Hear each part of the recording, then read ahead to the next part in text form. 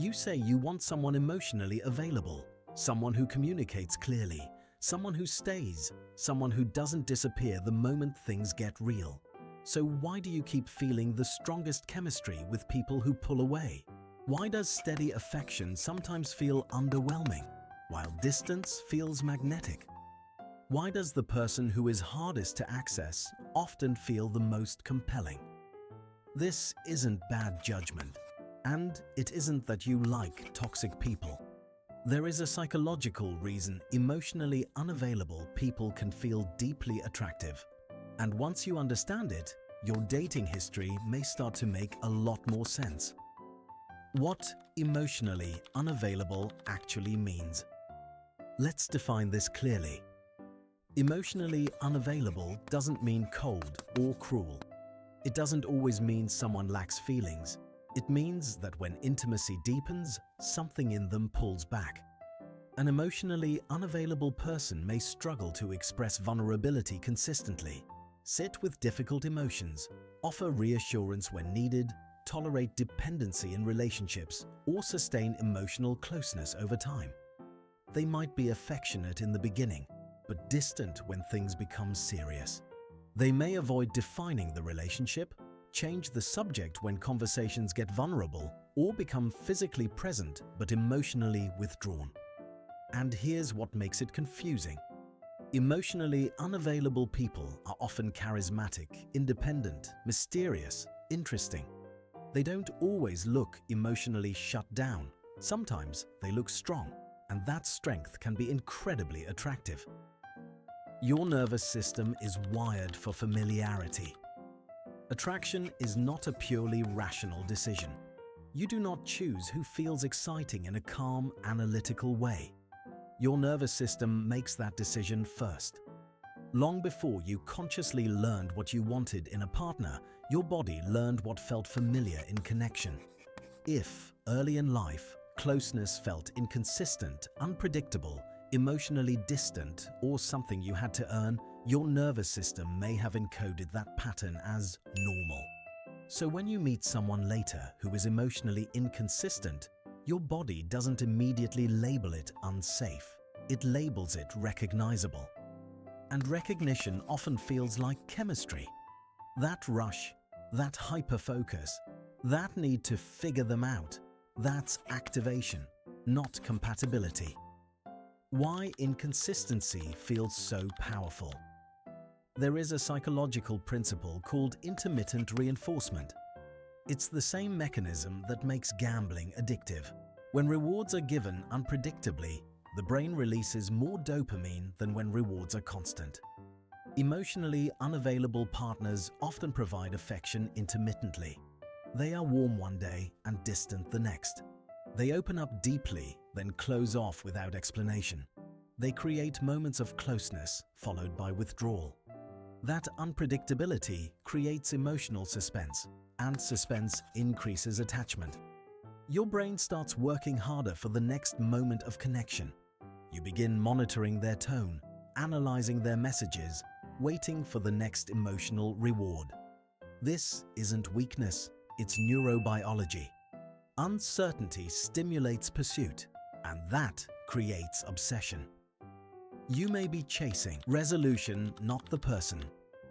This part is uncomfortable. Sometimes the attraction is not about who they are, it's about what the relationship represents. If you grew up feeling unseen or emotionally responsible for others, or unsure when affection would come, part of you may be trying to rewrite that story. You may unconsciously believe that if you can make this unavailable person choose you, stay with you, or finally open up, it will mean you are worthy. It will mean you are enough. You are not just chasing love, you may be chasing emotional repair, and emotional repair feels powerful. Why secure love can feel boring. Here's something people rarely admit. If you are used to emotional unpredictability, secure people can feel almost unfamiliar. They respond consistently, they communicate clearly, they don't disappear. There is no guessing game, no adrenaline spike, no emotional roller coaster. And if your nervous system equates intensity with importance, calm can feel flat. But calm is not flat. Calm is regulated. Calm is safe. When anxiety has always been part of attraction, its absence can feel like something is missing. But what's missing is stress, not chemistry. The fantasy bond. Emotionally unavailable people often leave space for projection. Because they are not fully emotionally present, your mind fills in the blanks. You imagine who they could become, how loving they might be if they finally opened up, what the relationship would feel like if they just changed. Potential becomes intoxicating. And you bond not only with the person in front of you, but with the version of them you hope for. The problem is that potential does not create security. Only consistent behavior does. Trauma bonding versus love. This is important. Intensity is not the same as intimacy. If the relationship feels extremely high and extremely low, consuming, anxiety-driven, hard to detach from, that may not be love. It may be trauma bonding. Trauma bonds form when strong emotional experiences are paired with inconsistency or stress. Your brain confuses survival-level activation with connection. Your body says, "This matters," even if your peace disappears. The ego wants to be chosen. If someone is emotionally distant and you're the one who gets through to them, that feels validating. It feels special. It feels earned. But healthy love doesn't require earning access. If connection only exists when you perform, prove, or persist, that's not intimacy. That's conditional reinforcement. Why you keep repeating the pattern? Patterns persist for 3 reasons: familiarity, nervous system activation, hope. Hope is powerful. You don't just want them. You want the story to end differently this time. You want the unavailable partner who finally commits, the distant partner who finally softens, the emotionally guarded partner who finally chooses you. The healing shift. How to break the pattern. Understanding the pattern is the first step, but awareness alone is not enough. Breaking attraction patterns requires nervous system retraining. Here's what that actually looks like in practice. Redefine what chemistry means.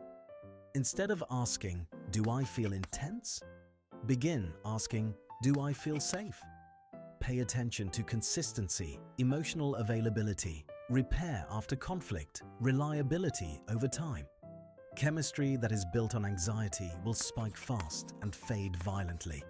Chemistry built on security builds slowly, but it lasts. Slow down the attachment process. Emotionally unavailable dynamics escalate quickly. You feel pulled in early. You idealize quickly. You invest before evidence is clear. Slowing down means observing patterns over time, not over-interpreting early intensity, letting actions speak longer than words. Time exposes emotional availability. Speed hides it. Learn to tolerate calm. This is one of the hardest parts. If calm feels unfamiliar, your body may initially label it as dull. Instead of walking away from that feeling, get curious about it. Notice if you are waiting for something to go wrong, if you feel restless without emotional drama, if you mistrust consistency. Sometimes healing is not about chasing more intensity. It's about building capacity for stability. Build internal security. The more secure you feel within yourself, the less attractive emotional unavailability becomes. Internal security comes from clear boundaries, emotional regulation skills, honest communication, self-respect in dating decisions. When you no longer need someone else to validate your worth, the appeal of winning over unavailable people decreases. You stop chasing what withdraws. You choose what reciprocates. Grieve the fantasy. Part of healing requires letting go of a powerful fantasy. The fantasy that one day, someone emotionally distant will finally choose you completely. That story can be deeply rooted. But relationships do not heal childhood wounds through repetition. They heal through new experiences, experiences of consistency, of safety, of mutual vulnerability. You are not broken for being attracted to emotionally unavailable people. Your nervous system learned a pattern that once made sense. But patterns can change. Attraction can change. What feels magnetic can evolve. The real transformation happens when you stop asking, "How do I make them stay?" and start asking, "Does this feel secure?" Because the healthiest relationships do not feel dramatic. They feel steady. They feel mutual. They feel safe enough that you do not have to earn your place. And when your nervous system finally experiences that kind of connection, it won't feel explosive. It will feel like exhaling. And that is when attraction becomes aligned with peace.